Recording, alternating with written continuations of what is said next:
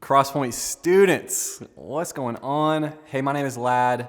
If you haven't met me yet, I'm the student pastor out in Bellevue. But listen, I'm glad to be with you guys tonight. It's felt like I haven't been with y'all since last year or something. I'm sorry. Listen, it's 2021, trying to spice things up. If y'all want to, hey, throw that just a ba-cha in the post-production, that'd be great, just to make this a little bit more normal. But y'all ready to jump in? 2021 is here. That's a big deal, okay, for all of us, right? It's exciting that 2020 is over and now 2021 is here. It's a big deal for you, but it's especially a big deal for me. You know why?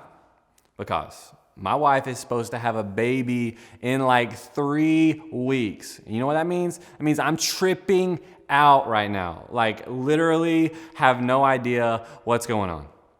But I'm confident that I'll be a good dad and all that kind of stuff.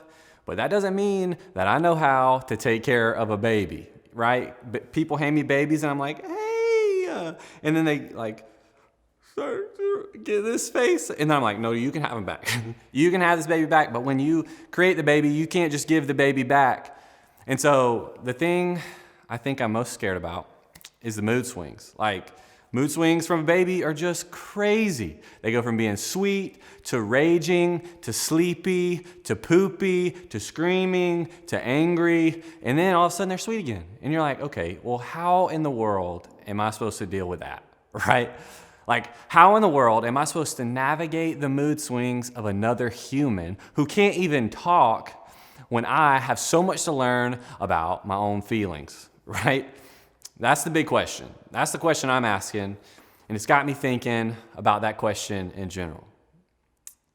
How do we navigate our feelings? And that kind of leads into this series that we're in called Moods.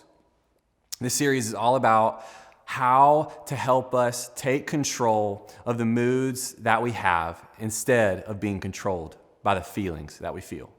And 2020 has brought out a lot of things in us, and it's just because it's a new year doesn't mean that our circumstances have changed that much, right? 2020 has rolled over into 2021, and we can't just act like everything is better now. Now that a new year is upon us, 2020 hasn't really gone away, has it? Because now we're here and things feel the same. And so how do we navigate the feelings that we feel? What do we do with the things that get us stirred up inside? Whether it's sadness or anger or resentment or fear or hope or gratitude. All these things are swirling in us. And so what do we do with them?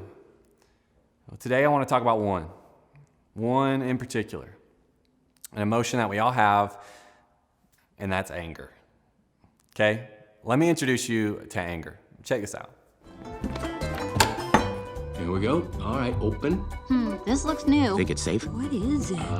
Okay, caution. There is a dangerous smell, people. Hold on, what is that? This is disgust. She basically keeps Riley from being poisoned, physically and socially. That is not brightly colored or shaped like a dinosaur. Hold on, guys. It's broccoli! Well, I just saved our lives. Yeah, you're welcome. Riley, if you don't eat your dinner, you're not going to get any dessert. Wait, did he just say we couldn't have dessert? That's anger. He cares very deeply about things being fair. So that's how you want to play it, old man? No dessert? Oh, sure. We'll eat our dinner right after you eat this. Right. Here comes an airplane. Oh, airplane. We got an airplane, everybody.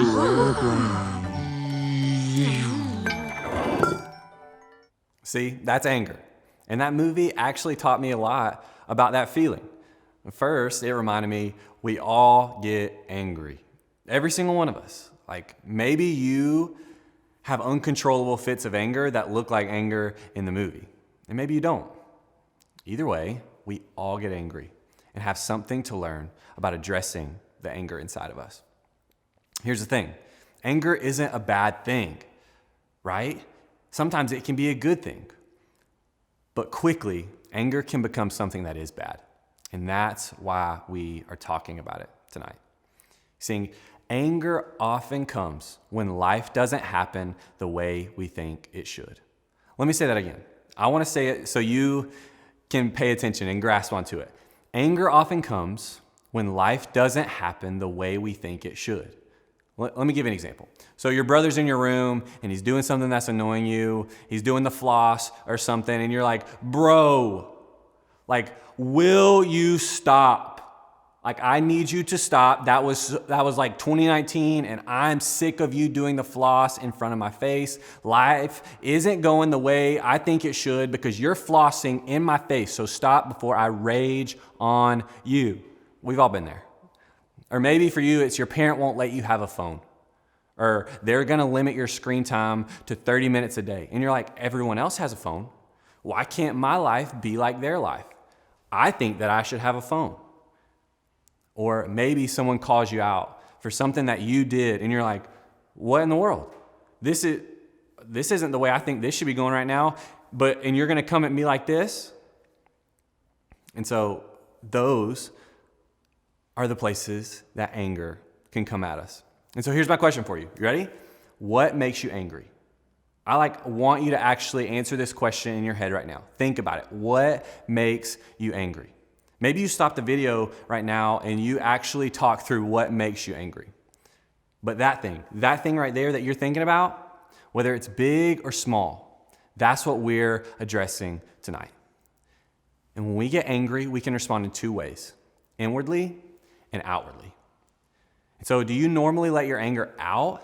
Like you raise your voice or you use bad language, or you want to punch something, whether it's a wall or a face, or do you hold your anger in? You shut down, or do you go cold, or you close off, or feel hate in your heart? Both of these are natural responses. I want you to know that. But both can be destructive to yourself, to your relationships, or to the way that you are supposed to be representing Jesus to others. You see, anger, the feeling isn't wrong, but when it begins to have control over you is when it has the potential to do a lot of harm. So tonight I want to look at the book of James for some help towards anger. See, James is towards the back of the Bible. It's right before the book of 1 Peter, and it's a book full of practical wisdom. How did James become so wise, you ask? I know you're dying to know. It's because he's the brother of Jesus. If you're sitting there and you're Jesus' brother, please write a book because I need to know what you know. And so he wrote it all down for us in this letter to some Christians. And then he says this in chapter 3, verse 13. It says, "Who is wise and understanding among you? Let him show it off by his good life, by deeds done in the humility that comes from wisdom." Okay, stop there. Okay? So James says, okay, who of you is wise? If you're wise, raise your hand. He says, Proverbs tells us that wisdom's from God. And if you're raising your hand, go out and live by that wisdom by living a good life with good deeds and a humble attitude. Okay? And so he says that, and the reason he wants us to do the same is because our main goal as Christians is to know Jesus, to follow Jesus with all of our hearts, and to share Jesus with others. He's telling us that people should know if we are followers of Jesus by the way our lives look. And so let me ask you this. Can others tell that you follow Jesus by the way your life looks? That's so important for you to be able to answer that question well. James goes on to talk about ways that this should or shouldn't look in our lives. So I want to jump down a few verses to chapter 4, verse 1. And he says this, what causes fights and quarrels among you? In other words, why are y'all so angry all the time? Don't they come from the evil desires at war within you? So James wants us to know that if we want to keep anger from being the boss of us, we have to understand where it comes from. We have to get to the source. And according to him, that source is inside of us. In James's words, the anger starts with the evil desires at war within us. It's great. That's dramatic language, but I think what James was saying is this, is our anger is about us not getting what we want. It's about the selfish, jealous, or bitter feelings that are fighting for space in your heart and in my heart. And often, it's about life not happening the way we think it should. Maybe you think you should have been the one to get the starting role, or you think that your friend should have treated you better, or you think that your parents should have tried harder to stay together because that's what your family deserves, or you think your siblings should have been punished instead of you, or you think that you should have been able to go and hang out with your friends whenever you want. See, all of these feelings of anger come out in situations like this, and it boils down to one thing: control. Can you control the response of anger when it comes? Anger towards your friends or towards your family, or anger towards yourself, or even anger towards God. Because when you don't, when you can't control the anger, this is where things get destroyed. The way people see you and the way people see Jesus through you. So here's the bottom line. Here's where it all boils down. Anger doesn't have to be the boss of you. But the question is how? How do we control our anger? Well, here's a few things that you can do to prevent anger from being the boss of you. And the first thing is easy. It's take a step back. Take a step back. Instead of reacting in our anger, take a step back and breathe when you're angry. Because the most damage can happen when we retaliate out of anger. And so we can choose to take a step back when we can decide not to yell or to send that text message or to cut someone out of our life. We can take control and not let anger be the boss of us by taking a step back. And that's a big step. So take a step back. And the next one is to be honest. In order to understand our anger, we have to be honest about where it's coming from. Like where it's really coming from. And so what is it that's setting you off? Is it jealousy? Or is it fear or disappointment? Maybe it's grief or pain or frustration. Like those things are at war within you, like James talked about. And so you have to try and name them. And if you can't, that's okay. Talk it out with someone. But I want you to be honest with 3 people: yourself, a trusted person, and with God.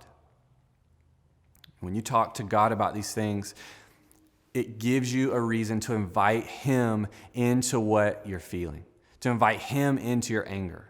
And we don't need to keep our anger from God because He can handle all of your feelings and He wants you to bring them to Him. And so when we take a step back and we're honest with our feelings, we're taking steps to gain control of our anger. And we're choosing to look at what's going on inside of us and make a change going forward. And as we do that, our anger loses its power to be the boss of us. And so tonight, I want you to know that I love you. I'm not angry at you. And I believe in you a lot. As you jump into conversation in your small group tonight to talk through some of these questions about anger, I want to challenge you to be real and be honest with one another about how you feel about this. But I hope you'll have fun, and we'll see you next week.